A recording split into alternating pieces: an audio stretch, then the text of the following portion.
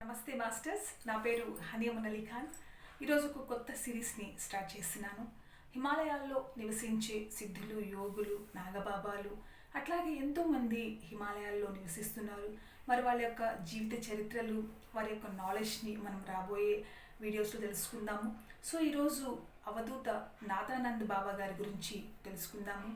నాదానంద్ బాబా గారు 9 సంవత్సరాలు ఉన్నప్పుడు ఆయన స్కూల్ నుంచి వస్తున్నప్పుడు ఒక యోగి బయట నిలబడి ఆహారం కోసం అడుగుతారనమాట. అప్పుడు వాళ్ళ అమ్మగారు లోపలికి ఇన్వైట్ చేసి ఆ పిల్లవాడి పక్కన కూర్చోబెట్టి ఆహారం వడ్డించాలనుకున్నప్పుడు ఆయన సంచిలో నుంచి ఒక చిన్న పాత్రను తీస్తారనమాట. దాన్ని కప్పర్ అంటారు.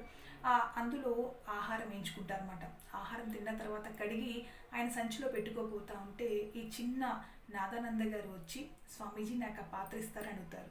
అప్పుడు ఆయన ఆ అబ్బాయి యొక్క కళ్ళల్లో చూసి ఏమంటారంటే, నాన్న తప్పకుండా ఇది నీ దగ్గరకు కూడా వస్తుంది, వేచి ఉండు అని చెప్పేసి అని తల మీద చేపెట్టి సాంస్క్రిట్లో కొన్ని శ్లోకాలు అని చెప్పి అక్కడి నుంచి ఆయన వెళ్ళిపోతారన్నమాట. ఆ తర్వాత నాదానంద గారి మైండ్లో ఆ యొక్క సాధువు గారు ఎంతగా ఉండిపోయారంటే ఇక ఆయన యొక్క ఇమాజినేషన్ అంతా కూడా కళ్ళు మూసుకుంటే హిమాలయాల్లో ఉన్నట్టుగానే అనేక మంది సిద్ధుల మధ్య, యోగుల మధ్య ఆయన ధ్యానం చేస్తున్నట్టుగా ఆ దుర్గమమైన హిమాలయాల్లో మంచు శిఖరాల్లో ఈయన వారితో ఉన్నట్టుగా ఆయన ఇమాజినేషన్ చేస్తూ ఉండేవారన్నమాట. సో వయసుతో పాటుగా ఆయన యొక్క భావాలు, ఆలోచనలు పూర్తిగా ఆయన మలుచుకున్నారు. అయితే ఆయనకి 17 ఆ సంవత్సరాలు వచ్చినప్పుడు వాళ్ళ తల్లిదండ్రులతో చెప్తారనమాట, అమ్మ నేను ఇక సాధు జీవితాన్ని గడపాలనుకుంటున్నాను. నా చిన్నప్పుడు ఒక సాధువు వచ్చారు, సన్యాసి గారు, నేను కూడా ఆయనలాగే జీవితాన్ని జీవించాలనుకుంటున్నాను, నా యందు కరుణతో నన్ను వెళ్ళనివ్వండి అని చెప్పేసి వాళ్ళ తల్లిదండ్రుల్ని కోరుకుంటారనమాట.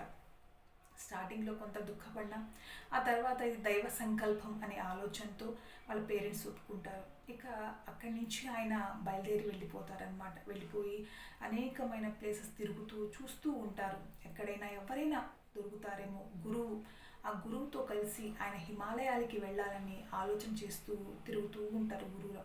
అయితే ఒక ఊరికి వచ్చిన తర్వాత అక్కడ ఒక తారామాయి అనే ఒక అవధూత కలుస్తారు.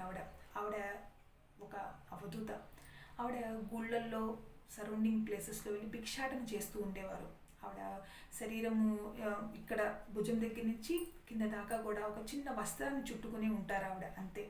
అయితే వెళ్ళి ఈ భిక్షాటన తీసుకొచ్చిన ఆహారాన్ని ఆ గుడి సమీపంలో ఒక వృక్షం, రాగి చెట్టు ఉండేది. ఆ చెట్టు నీడలో కూర్చునేవారు.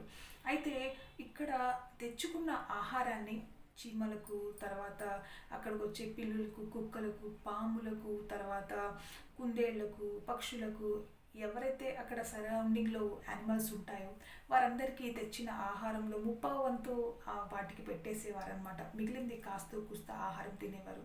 అట్లా ఆ అమ్మ అక్కడ ఉండేవారు, తారామాయి.